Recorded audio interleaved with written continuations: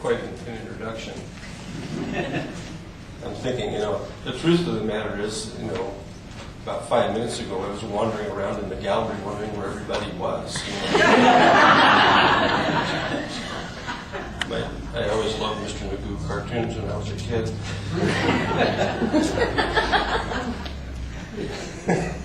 And it's true, it's all messed up in my head.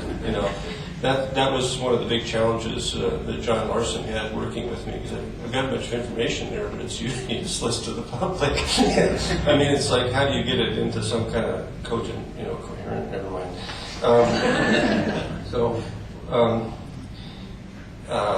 Let's see. The production of this book on the Columbia River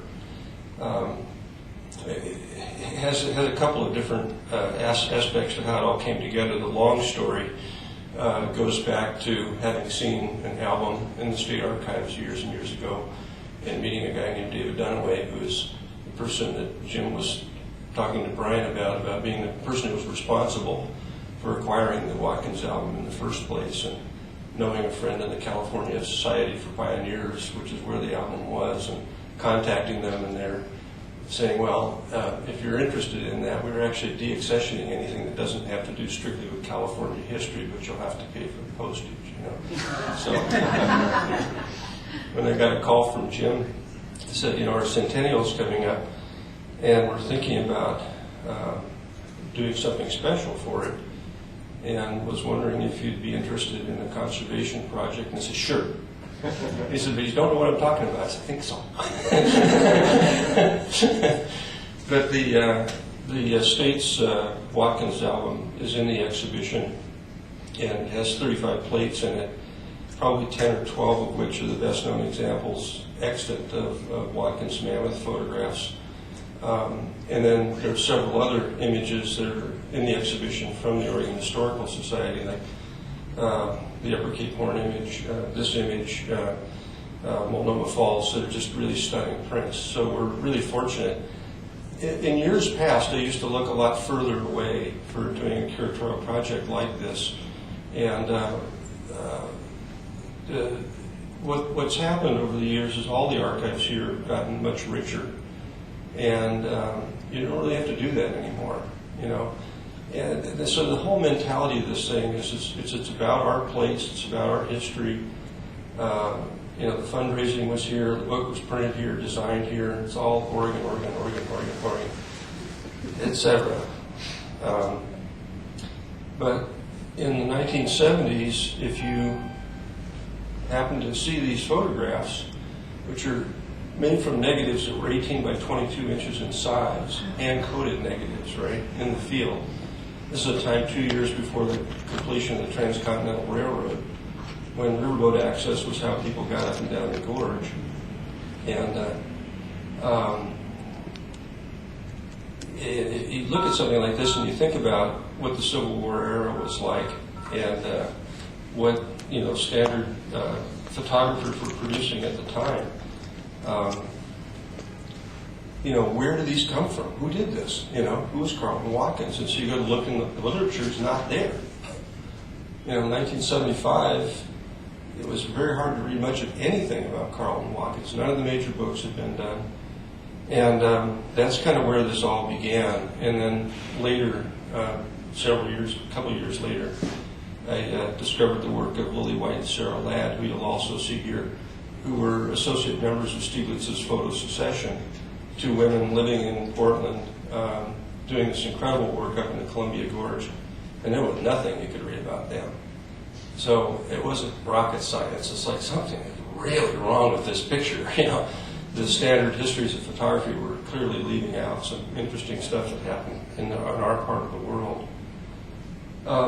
Watkins, I think, this is part of the kind of quintessential Carlton Watkins image, is sort of Jeffersonian manifest destiny made into a beautiful image.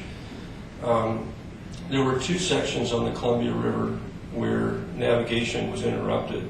One were the Cascade Rapids, where the town of Cascade Locks is today, and the other was the area from the Dalles up to Celilo Falls, another section of cataracts and narrows and waterfalls that riverboats couldn't get around. And in the building of the Oregon Steam Navigation Transportation Monopoly on the river, they created portage railroads at both of these sites. And so here you're looking at a section of tracks that's only 8 miles long, but it's like the beginning of the whole railroad infrastructure out here. And yet to look at the image, you think that, being in the Dalles in the 1860s was really truly in the Wild West. I mean, it was a Western outpost, and it had just gotten done being basically a military town.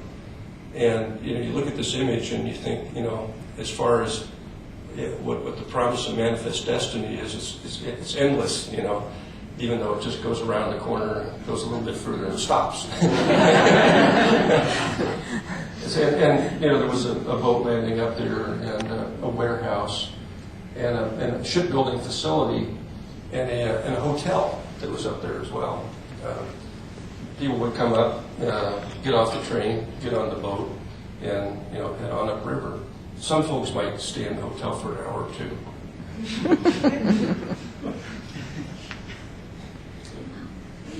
The mammoths are beautiful, but there's a whole other chapter to Watkins that hasn't been much chronicled and has to do with his new series work. In 1882, he returned to Portland and did a very brief side journey up to the Cascades, where there was a construction project going on to build the Cascade locks. And I think part of the excitement for him was probably just the opportunity to try to make a photograph of an explosion of this magnitude in 1882. So, he's got technical prowess as well as this aesthetic sensibility about how to look at the world through a lens that is kind of folds in again and again and again through his work. And it also includes a number of other kinds of images. When they were building the locks, the approach from the west would bring you up through a channel that at higher water levels would go right through here. And so at low water levels, they were taking workers out to these locations and using pneumatic drills to bore down through the boulders to place dynamite charges in there and blow them up so that they wouldn't be there in a future approach to the lock. So we found this photograph at the Ellensburg, the Central Washington Library. It's the only known print. There's another photograph that you'll see in the exhibition of a floating hotel where the workers stayed. That's the only known print that we've got of that. So that's another aspect of this project, is like holding on to histories for which pictures exist, but just barely exist, and being able to say, okay, there's one in the OHS's collection, there's a private collection one, here's one in Ellensburg. We can put these pictures together and recollect this story. And it's the only documentation that we have, that has this kind of level of rigor. And so Watkins' scope, it also embraces all these kind of human activities. And it sort of folds it in this kind of continuous weave that at one time makes these like beautifully elegant pictures, and at other times it's like really, just full of factual kinds of things. But the stories travel from one photograph to the other. They link together. Watkins thinks in this kind of comprehensive way, as well as thinking about making single iconic images. And that's where the exhibition at the OHS that we put together on the stereo views will sort of tap into this whole other side of what he was doing. He returns in 1883 and does a really sweeping resurvey of the river, even more comprehensive than the one that he did in 1867, and creates images like this called Indian Summer. And the idea of making a photograph that's about light and atmosphere in 1883 was really, pretty well ahead of its time. I mean, most folks are looking at, known landmarks and sites of human activity.